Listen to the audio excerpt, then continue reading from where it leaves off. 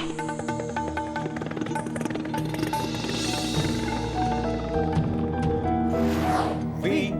the people of India, having solemnly resolved to constitute India into a sovereign, socialist, secular, democratic republic, and to secure to all its citizens. শুরু করলাম আজকের চতুর্থ স্তম্ভ। আমি সুচন্দ্রিমা, নমস্কার। দিল্লি থেকে ডেইলি প্যাসেঞ্জারি করলেন কেবল মোদী সরকারের মন্ত্রী, বিজেপি সভাপতি নাড্ডা সাহেব, আরএসএস প্রচারকরাই নন। সেই তালিকায় ছিলেন দেশের স্বরাষ্ট্রমন্ত্রী, ছিলেন স্বয়ং প্রধান সেবক নরেন্দ্র ভাই দামোদর দাস মোদী নিজে। নকরা ছকরা রাজ্যের নেতারা তো ছিলেনই। রোজ যোগদান মেলা, আজকে এই উইকেট তো কাল আরেক হনু দল বদল করলেন। টালিগঞ্জে রব উঠল, বিজেপিতে গেলেই সিনেমায় মলাট রোল। যারা মাসি, দিদি, চাকর, দারোয়ানের রোল নিয়ে অতৃপ্তিতে ভুগছিলেন, তারা দল দিয়ে চললেন পদ্মবনে। নাট্যকার, কবি, বামপন্থী গায়ক দলে দলে চলিল সমরে। আমরা তো ওরে বাবা দেখো চেয়ে কত সেনা চলেছে সমরে। তারপর ফল পপাতো চ মমাতো চ। সেই ইস্তক দলের ইট সুরকি খসে খসে পড়ছে, দেওয়াল নড়বড় করছে। আমায় একটু জায়গা দাও না মাগো, মন্দিরে বসি। গান গাইছে সেই পদ্মগন্ধে একদা মাতোয়ারা বালখিল্যের দল।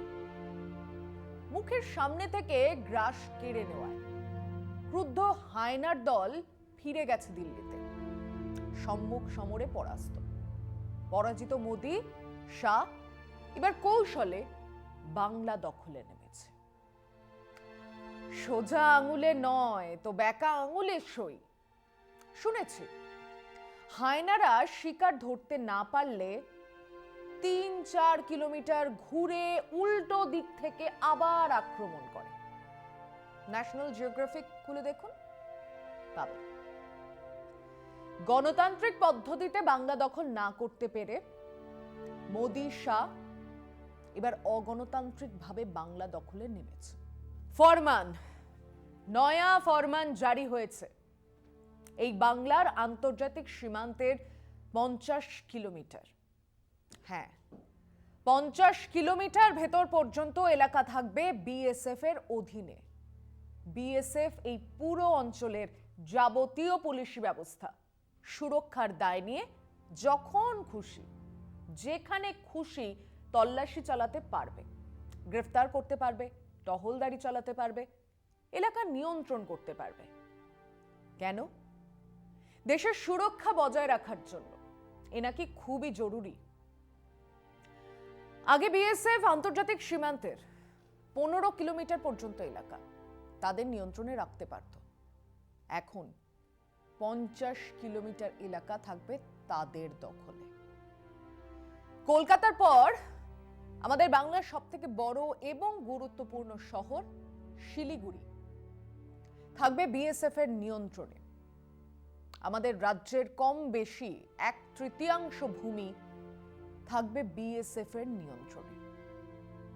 বিএসএফ এর নিয়ন্ত্রণে মানে স্বরাষ্ট্র দফতরের নিয়ন্ত্রণে, মানে অমিত শাহের নিয়ন্ত্রণে, ঘুরপথে দখলদারি। আপনি শিলিগুড়িতে কোনো দাবিতে মিছিল বার করবেন, সভা করতে চাইছেন, আপনাকে অনুমতি নিতে হবে অমিত শাহের কাছে। বাংলার মানুষ যাদেরকে ভোট দিয়েছে তারা বুড়ো আঙুল চুষবে, যারা গোহারান হারল তারা রাজত্ব করবে।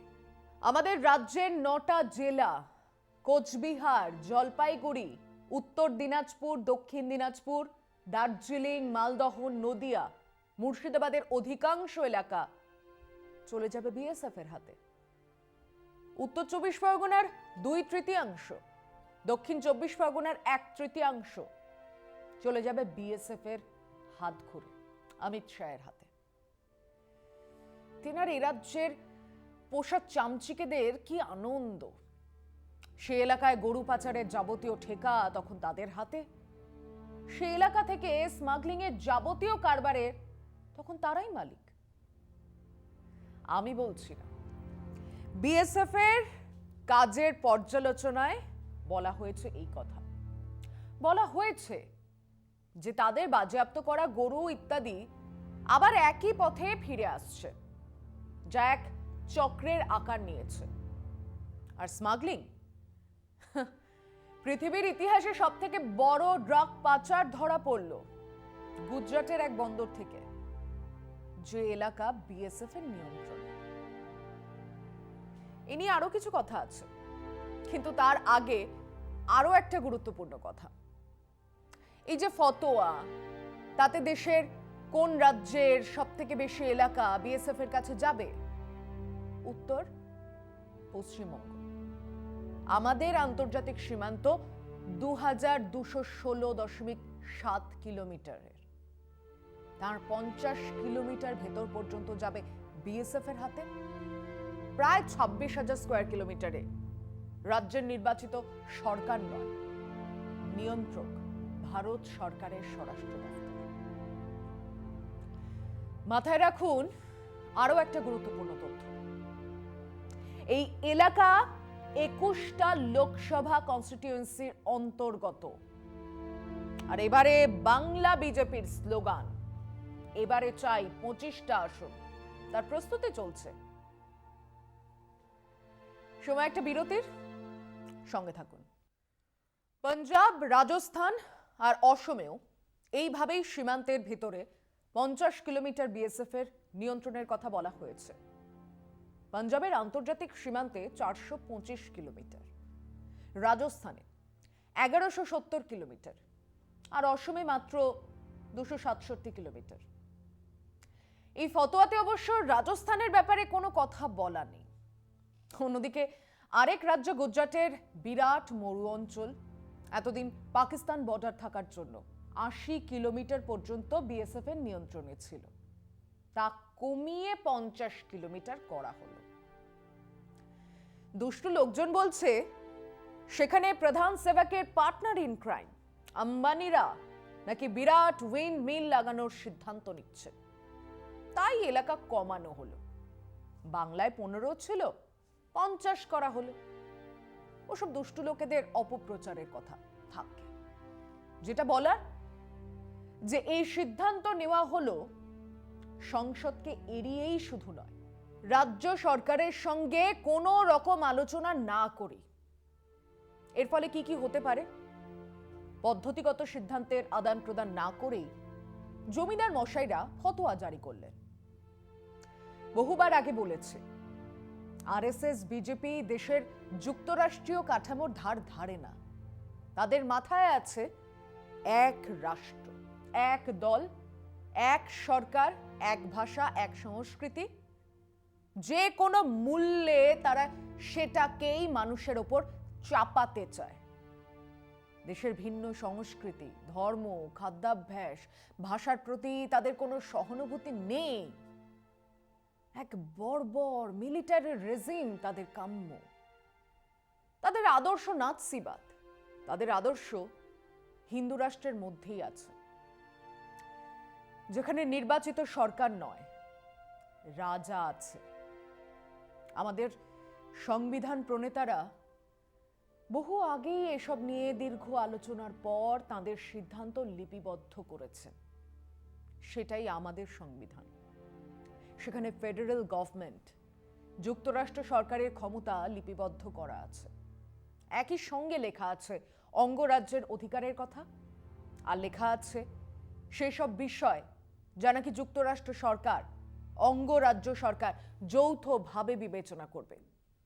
সেখানে বলা আছে দেশের সুরক্ষা, দেশের অর্থ, ব্যাংকিং, বৈদেশিক সম্পর্ক ইত্যাদি বিষয়ে সিদ্ধান্ত নেবে যুক্তরাষ্ট্রের সরকার, যাকে আমরা সচরাচর কেন্দ্রীয় সরকার বলে থাকি।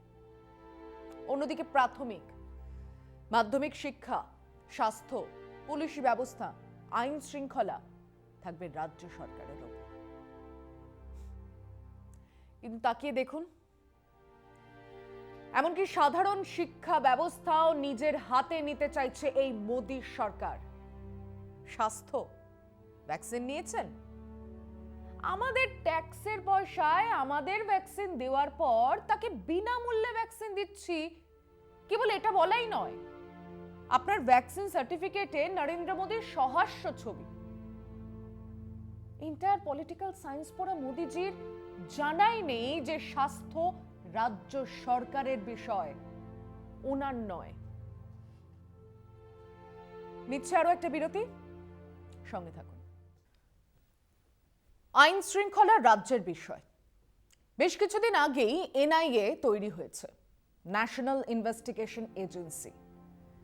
আগে দিল্লি পুলিশ আপনাকে গ্রেফতার করতে হলে আপনার স্থানীয় থানায় আসতেন, তাদের কাগজপত্র দেখিয়ে তাদের সাহায্য নিয়ে গ্রেফতার করতেন। সেসব পাঠ চুকিয়ে দেওয়া হলো। এখন নয়া এজেন্সি, মাঝরাতে তারা দরজা ভেঙে ঢুকে কোনো কাগজ না দেখিয়ে আপনাকে গ্রেফতার করতে পারে, আর জেলে পুরে রাখতে তো পারেই। এই আইন এখন তাদের হাতে। মানে আইন শৃঙ্খলা রাজ্যের হাতে নয়, সেটাও দিল্লি থেকে দেখবে আরএসএস বিজেপির সরকার। এখন সেই স্বরাষ্ট্র দপ্তরের হাতে চলে গেল, অমিত শাহের হাতে চলে গেল আমার বাংলার 1/3 ভূমি। সেখানে তাদের তাণ্ডব নাচন দেখার জন্য প্রস্তুত থাকুন। এবার নিশীথ প্রামাণিক চাইলেই সেই এলাকার যে কোনো ব্যবসায়ীর বাড়িতে তল্লাশি চলতেই পারে। অভিযোগ সোজা, অভিযোগ চোরাচালান। কোনো প্রতিবাদী মানুষকে ধরে গুলি করে সীমান্তে তার কাঁটা বেড়ায় ঝুলিয়ে দেওয়া হতেই পারে। তারপর সেই লাশ ঝুলবে ফেলানি খাতুনের মতো। শীতের এক সকালে 15 বছরের ফেলানি খাতুনের দেহ ঝুলছিল তার কাঁটা বেড়ার উপরে। হাতে কি ছিল? AK-47। সে কি গাড়ি চালিয়ে পিষে মেরেছিল আমাদের দেশের অন্নদাতাদের? সে কি আমাদের দেশের ব্যাংকের লক্ষ কোটি টাকা নিয়ে উধাও হয়ে গিয়েছিল? ছেঁড়া পুরনো জামা পরা অভুক্ত ফেলানির দেহ ঝুলছিল তার কাটার বেড়ায়।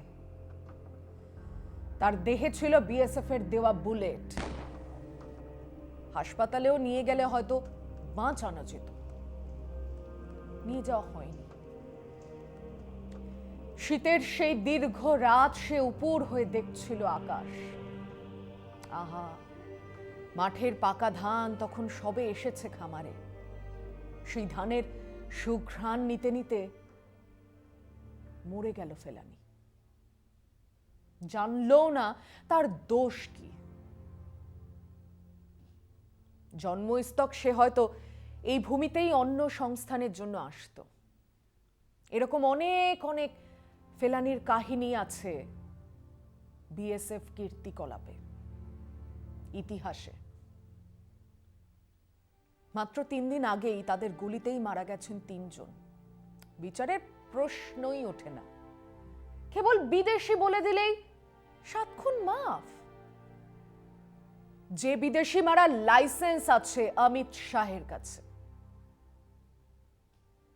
এই ফতোয়া আমরা মানব না।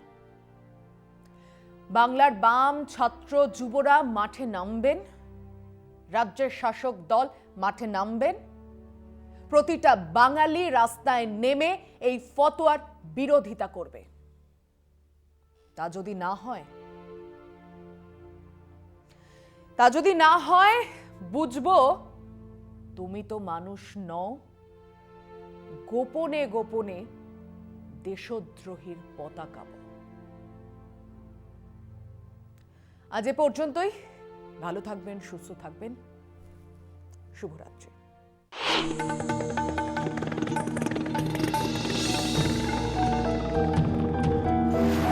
We, the people of India, having solemnly resolved to constitute India into a sovereign, socialist, secular, democratic republic, and to secure to all its citizens